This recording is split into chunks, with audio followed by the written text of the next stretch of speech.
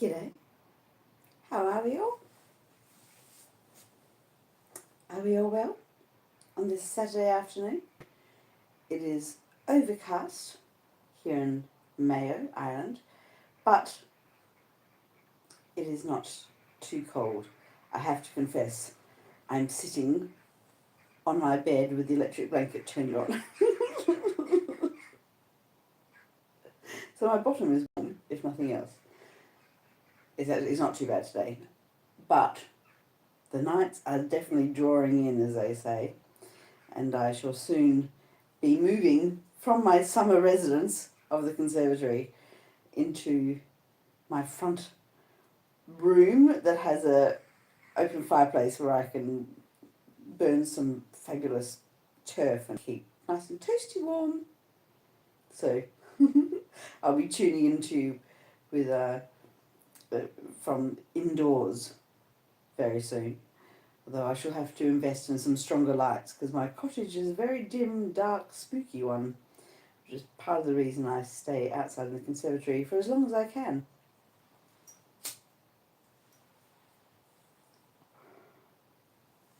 G'day, who have we got?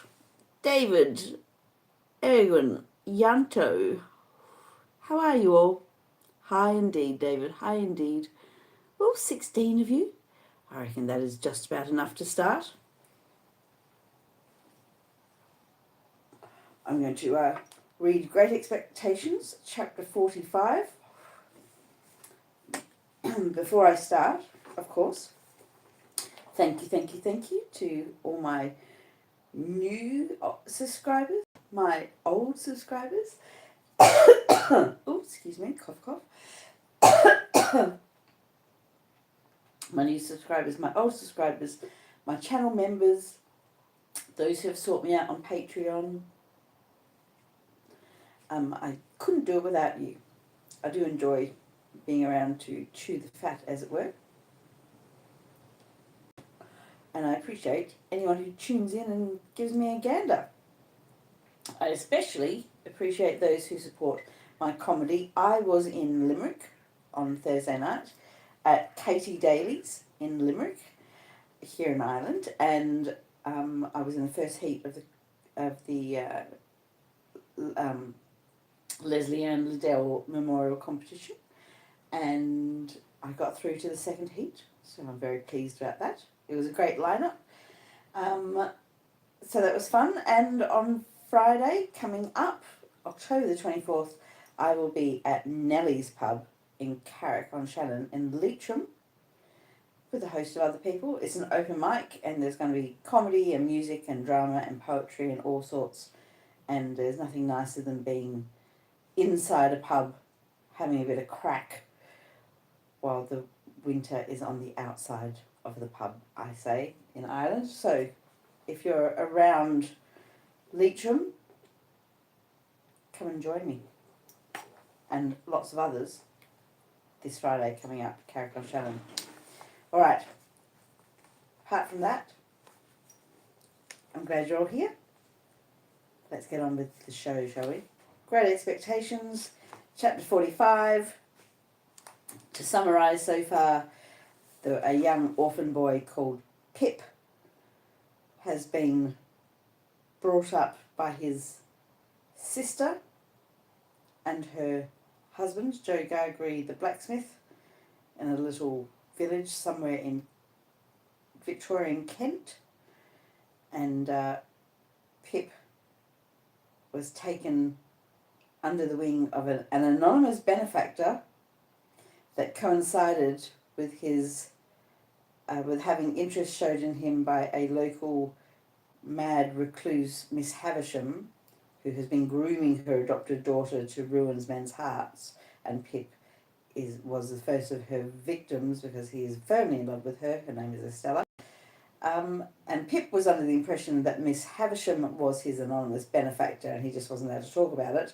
And to his horror, he has discovered, as he comes into his full inheritance, and because he's a trust fund boy up in London, that his anonymous benefactor is, in point of fact, a transported convict that he encountered as a boy on the marshes down there in Essex.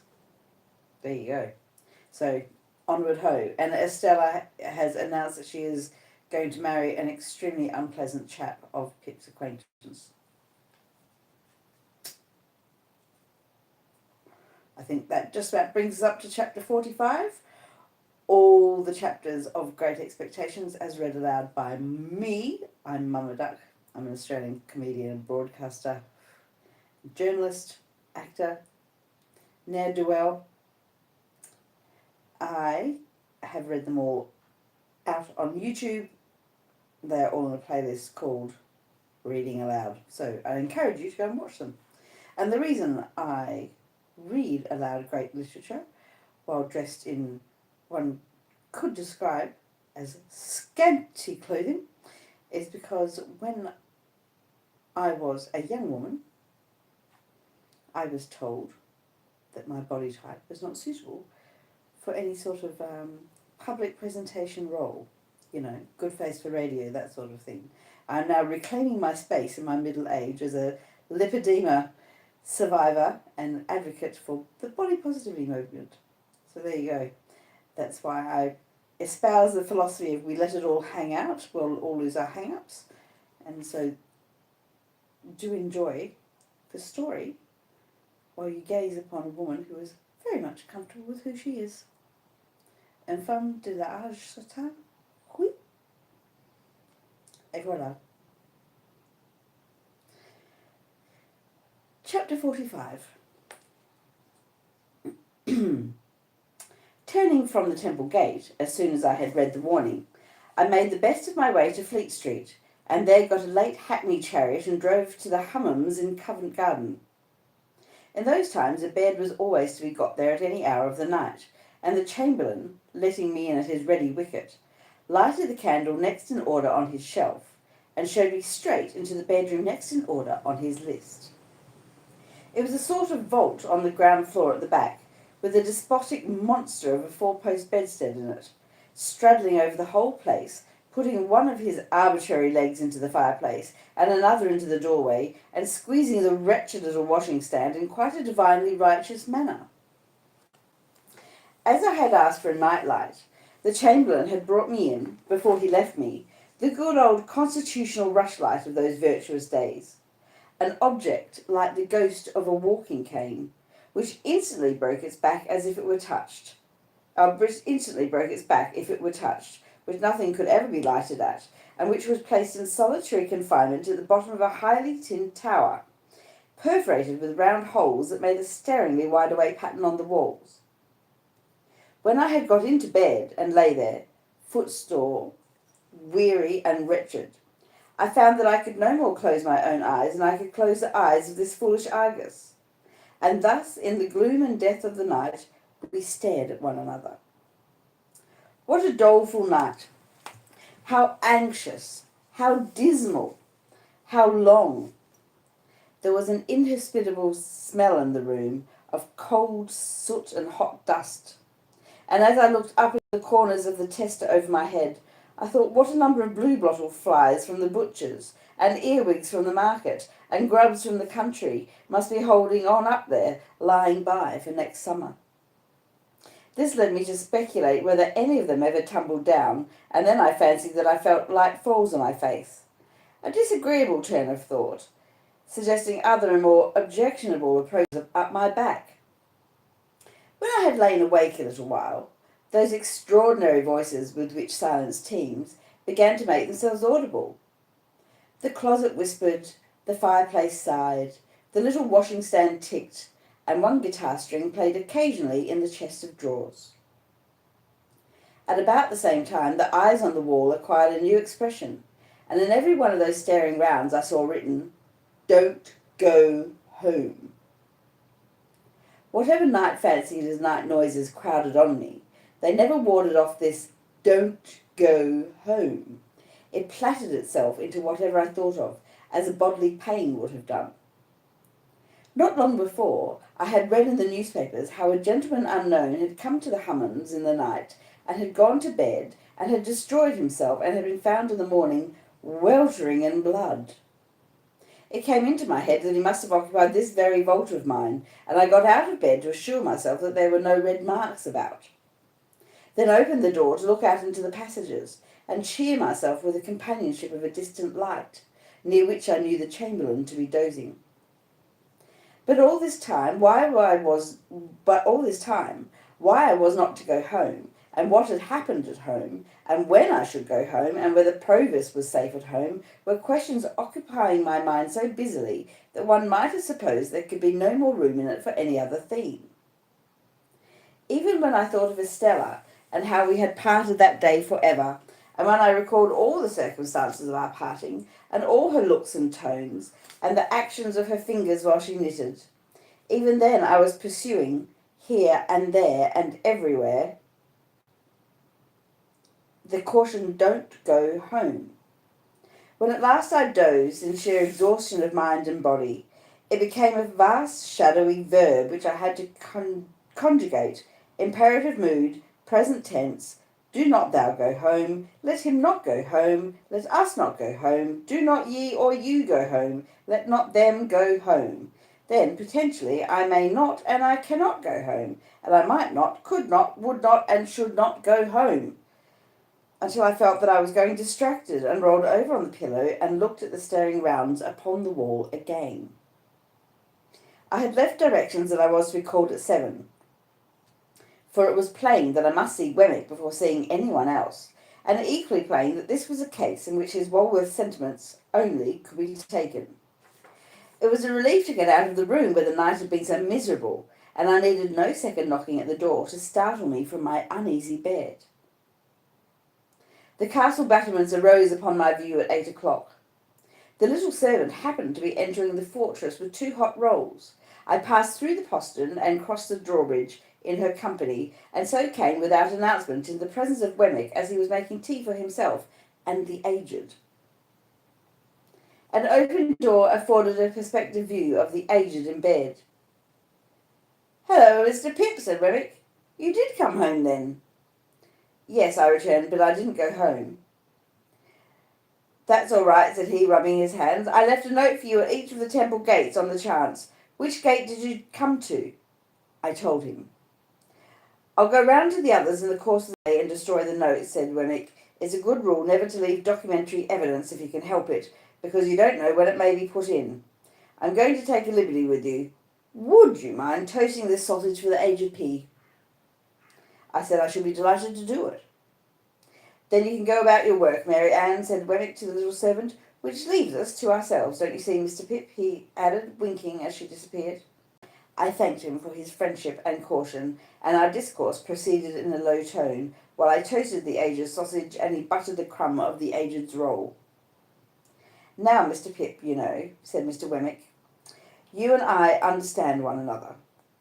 We are in our private and personal capacities, and we have been engaged in a confidential transaction before today.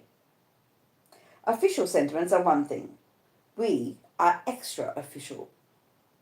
I cordially assented. I was so very nervous that I had already lighted the aged sausage like a torch and been obliged to blow it out. "I accidentally heard yesterday morning," said Wemmic, "being in a certain place where I once took you. Even between you and me, it's as well not to mention names when avoidable." "Much better not," said I. "I understand you." "I heard there by chance yesterday morning," said Wemmic, "that a certain person not altogether of uncolonial pursuits, and not unpossessed of portable property, I don't know who it may really be, we won't name this person." "Not necessary," said I, "had made some little stir in a certain part of the world where a good many people go, not always in gratification of their own inclinations, and not quite irrespective of the government expense." In watching his face, I made quite a firework of the aged sausage, and greatly discomposed both my own attention and Wemmic's, for which I apologised. "By disappearing from such place, and being no more heard of thereabouts. From which," said Wemmic, "conjectures had been raised and theories formed. I also heard that you at your chambers in Garden Court, Temple, had been watched, and might be watched again." "By whom?" said I. "I wouldn't go into that," said Wemmic evasively. It might clash with official responsibilities. I heard it, as I have in my time heard other curious things in the same place. I don't tell it you on information received. I heard it. He took the toasting fork and sausage from me as he spoke, and set forth the aged's breakfast neatly on a little tray. Previous to placing it before him, he went into the aged's room with a clean white cloth, and tied the same under the old gentleman's chin, and propped him up, and put his nightcap on one side, and gave him quite a rakish air. Then he placed his breakfast before him with great care, and said, "All right, ain't you, Aged P?" To which the cheerful aged replied, "All right, John, my boy, all right," as there seemed to be a tacit understanding that the aged was not in a presentable state, and was therefore to be considered invisible. I made a pretence of being in complete ignorance of these proceedings. "This watching of me at my chambers, which I have once had reason to suspect," I said to Wemmic when he came back, "is inseparable from the person to whom you had adverted. Is it?" Wemmic looked very serious. "I couldn't undertake to say that, of my own knowledge. I mean, I couldn't undertake to say it was at first. But it either is, or it will be, or it's in great danger of being." As I saw that he was restrained by fealty to Little Britain from saying as much as he could, and as I knew with thankfulness to him how far out of his way he went to say what he did, I could not press him. But I told him, after a little meditation over the fire, that I would like to ask him a question, subject to his answering or not answering, as he deemed right, and sure that his course would be right. He paused in his breakfast, and crossing his arms and pinching his shirt sleeves, his notion of indoor comfort was to sit without any coat. He nodded to me once to put my question. "You have heard of a man of bad character whose true name is Compeyson?" He answered with one other nod. "Is he living?" One other nod. "Is he in London?" He gave me one other nod, compressed the post office exceedingly, gave me one last nod, and went on with his breakfast. "Now," said Wemmic, questioning being over, which he emphasized and repeated for my guidance. Questioning being over. "I come to what I did after hearing what I heard. I went to Garden Court to find you. Not finding you, I went to Clarriker's to find Mr. Herbert." "And him you found?" I asked with great anxiety. "And him I found. Without mentioning any names or going into any details, I gave him to understand that if he was aware of anybody, Tom, Jack, or Richard, being about the chambers or about the immediate neighbourhood, he had better get Tom, Jack, or Richard out of the way while you were out of the way." "He would be greatly puzzled what to do?" He was puzzled what to do, not the less because I gave him my opinion that it was not safe to try to get Tom, Jack, or Richard too far out of the way at present. "Mr. Pip, I'll tell you something. Under existing circumstances, there is no place like a great city when you are once in it. Don't break cover too soon. Lie close. Wait till things slacken before you try the open, even for foreign air." I thanked him for his valuable advice and asked him what Herbert had done. "Mr. Herbert," said Wemmic, after being all of a heap for half an hour, struck out a plan. He mentioned to me as a secret that he is courting a young lady who has, as no doubt you are aware, a bedridden pa, which pa, having been in the purser line of life, lies abed in a bow window where he can see the ships sail up and down the river. You are acquainted with the young lady, most probably?" "Not personally," said I. The truth was that she had objected to me as an expensive companion who did Herbert no good, and that, when Herbert had first proposed to present me to her, she had received the proposal with such very moderate warmth that Herbert had felt himself obliged to confide the state of the case to me with a view to the lapse of a little time before I made her acquaintance. When I had begun to advance Herbert's prospects by stealth, I had been able to bear this with cheerful philosophy. He and his affianced, for their part, had naturally not been very anxious to introduce a third person into their interviews, and thus, although I was assured that I had risen in Clara's esteem, and although the young lady and I had long regularly interchanged messages and remembrances by Herbert, I had never seen her. However, I did not trouble Wemmic with those particulars. "The house with the bow window," said Wemmic, "being by the riverside, down the pool there between Limehouse and Greenwich, and being kept, it seems, by a very respectable widow who has a furnished upper floor to let, Mr. Herbert put it to me, What did I think of that as a temporary tenement for Tom, Jack, or Richard? Now I thought very well of it, for 3 reasons I'll give you. That is to say, firstly, it's altogether out of all your beats, and is well away from the usual heap of streets, great and small. Secondly, without going near it yourself, you could always hear of the safety of Tom, Jack, or Richard through Mr. Herbert. Thirdly, after a while, and when it might be prudent, if you should want to slip Tom, Jack, or Richard on board a foreign packet boat, there he is, ready. Much comforted by these considerations, I thanked Wemmic again and again, and begged him to proceed. Well, sir, Mr. Herbert threw himself into the business with a will, and by 9 o'clock last night he housed Tom, Jack, or Richard, whichever it may be, you and I don't want to know, quite successfully. At the old lodgings it was understood that he was summoned to Dover, and in fact he was taken down the Dover road and cornered out of it. Now, another great advantage of all this is that it was done without you, and when, if anyone was concerning himself about your movements, you must be known to be ever so many miles off and quite otherwise engaged.